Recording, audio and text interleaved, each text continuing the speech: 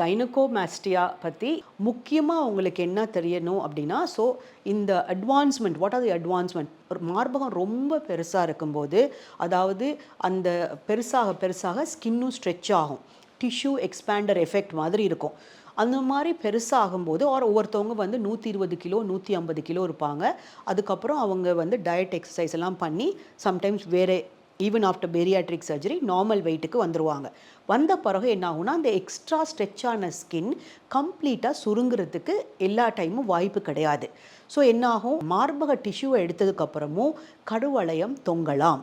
ஏன்னா அந்த கருவளையம் இனிஷியலாகவே ரொம்ப விரிஞ்சிருக்கும். ரொம்ப கிரேட் 3 கிரேட் 4 அந்த மாதிரி there are different types of grading. அந்த மாதிரி மார்பகம் ரொம்ப பெருசாகி நார்மல் ஃபீமேல் பிரெஸ்ட் மாதிரி, அதுவும் என்லார்ஜ் ஃபீமேல் பிரெஸ்ட் மாதிரி தொங்கி கருவளையம் ரொம்ப விரிஞ்சிருந்துச்சுன்னா, there is a technique where மார்பகத்தை ஆம்புடேட் பண்ணிடுவாங்க. அதாவது ஃப்ளாட்டாக இருக்கிறத அந்த மார்பகத்தை கட் பண்ணிவிட்டு அந்த கருவளையம் காம்போடு தனியாக ஒரு கிராஃப்ட் மாதிரி எடுத்து ஒட்டி விடுறது வழக்கம்.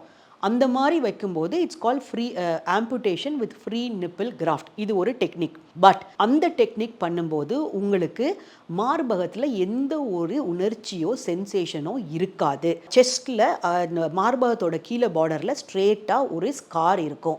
நம்ம தோலில் வெளியூரில், அதாவது டைப் 1 to 3 ஸ்கின்ல அந்த மார்க் பெருசாக தெரியறதில்ல. ப்ளஸ் அங்கே இருக்க டெம்பரேச்சர்னால நார்மலி அந்த craft take is very good. நம்ம தோலில் அந்த ஸ்கார் வந்து பிக்மெண்டடோ இல்லை விரிஞ்சு தெரிஞ்சாலோ செஸ்ட்டு ரொம்ப அசிங்கமாக இருக்கும். ஸோ இந்த மாதிரி பெரிய செஸ்ட்டுக்கு வேறு என்ன அட்வான்ஸ் டெக்னாலஜி இருக்குதுன்னு பார்த்தீங்கன்னா, அந்த ஸ்கின்னை சுருங்க வைக்கிறதுக்கு நம்ம என்னெல்லாம் பண்ணலாம்.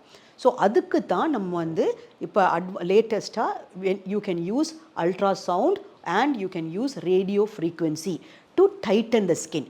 இது என்ன பண்ணுது அப்படின்னா, இந்த எனர்ஜிஸ் வந்து உங்களுக்கு அந்த எக்யூப்மெண்ட்டை பாடி டைட் அப்படின்னு சொல்லுவோம்.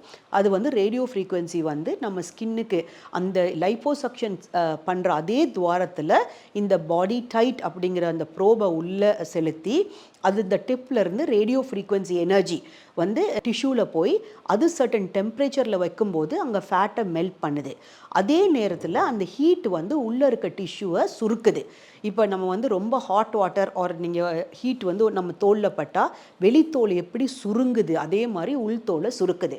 அதனால் அந்த மாதிரி ஆம்புடேட் பண்ணி ஃப்ரீ நிப்பிள் கிராஃப்ட் போடுறதுக்கு பதிலாக உங்களுக்கு அந்த ஸ்கின்னை எவ்வளோ முடியுமோ அவ்வளோ தானாக சுருக்கி அந்த கருவளையத்தையும் சுருக்கிறோம். So these are advance technology. But இதில் ஏதாவது ஃப்ளிப் சைடு இருக்குன்னா, உங்களுக்கு ஒரு அளவுக்கு மேலே கருவளையம் பெருசாகிடுச்சு, இல்லை ரொம்பவுமே ஸ்கின் எக்ஸஸாக இருந்துச்சுன்னா, இந்த மாதிரி டெக்னிக்லையும் கம்ப்ளீட்டாக சுருக்க முடியாது. அந்த கருவளையம் பார்த்தீங்கன்னா உங்களுக்கு கம்ப்ளீட்டாக சுருங்கி ஒரு பெர்ஃபெக்ட் சர்க்கிள் ஷேப்புக்கு வராது. But it is a compromise.